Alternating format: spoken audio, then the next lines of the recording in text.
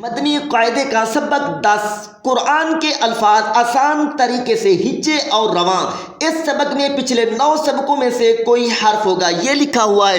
اس سبق میں پچھلے تمام اسباق سبق کی جمع ہے یعنی حرکات، تیسرا سبق تنوین، 5واں سبق حروف مدہ، 7واں سبق کھڑی حرکات، 8واں سبق اور حروف لین، 9واں سبق شامل ہے۔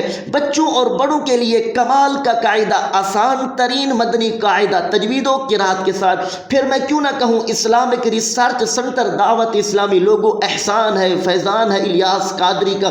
اس سبق میں 3 باتیں ہر شاگرد سے پوچھیں گے۔ نمبر 1 ہجے کریں، نمبر 2 رواں پڑھیں، نمبر 3 قواعد سنائیں۔ جس بچے کو، شاگرد کو، حافظ قرآن کو، بھائی جان کو ہجے، رواں اور قواعد آتے ہیں، یاد ہیں، وہ اچھا قاری بھی ہے، اچھا نمازی بھی اور بہترین استاد بھی۔ اگر آج آپ نئے شامل ہوئے تو پچھلے 9 سبق ضرور سن لیں۔ جزاک اللہ خیرہ۔ یہاں تک پڑھ لیا؟ بسم اللہ الرحمن الرحیم۔ دال یا زیر دی۔ بتائیں پیارے، آپ نے مدنی قاعدہ کے 9 سبقوں میں اس حرف کو پڑھا تھا یا نہیں؟ جی پڑھا تھا۔ کس سبق میں؟ 7ویں سبق میں۔ نام کیا تھا 7ویں سبق کا؟ حروف مدہ۔ آپ تکا اندازہ تو نہیں لگا رہے، ہمیں دکھائیں 7ویں سبق میں یہ حرف کہاں لکھا ہوا ہے؟ یہ ہے 7واں سبق، حروف مدہ۔ دال یا زیر دی۔ ماشاءاللہ، قرآن پڑھنا آسان ہے پڑھنے والوں کے لیے۔ جی آگے پڑھیں۔ نون، 2 پیش نون۔ بتائیں پیارے، آپ نے مدنی قاعدہ کے 9 سبقوں میں اس حرف کو پڑھا تھا یا نہیں؟ جی الحمدللہ پڑھا تھا۔ کس سبق میں؟ 5ویں سبق میں۔ نام کیا تھا 5ویں سبق کا؟ تنوین۔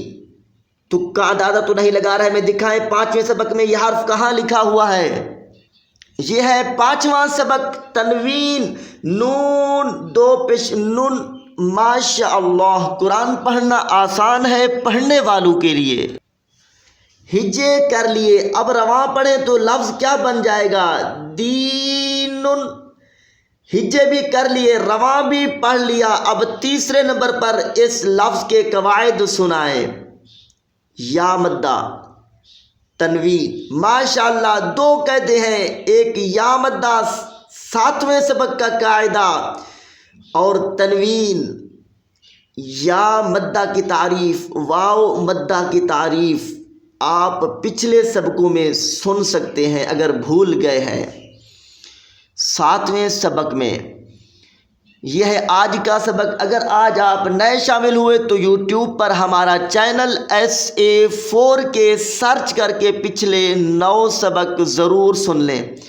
چینل کو سبسکرائب ضرور کریں تاکہ ہماری ہر آنے والی نئی ویڈیو آپ تک جلد پہنچ سکے۔ چینل کو سبسکرائب کرنا نہ بھولیں، مسکرانا بھی نہ بھولیں۔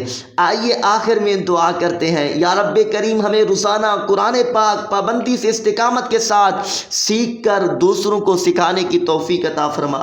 یا اللہ، ہمیں دونوں جہانوں میں اس کی بہترین جزا، اجر، بدلہ نصیب فرما۔ اللہ پاک آقا کریم کے صدقے، صحابہ و اہل بیت کے واسطے، اپنے نیک بندوں کے طفیل جو بھائی اور بہنیں صرف سبق سنتے ہیں اللہ کا کلام سیکھنے کے لیے، اپنی نماز درست پڑھنے کے لیے، بے حساب بخشے جائیں۔ اللہ کریم ہمارا سیکھنا اور سکھانا مرحوم مسلمان بھائیوں اور بہنوں کے لیے صدقہ جاریہ بنائے۔ آمین بجاہ النبی الامین۔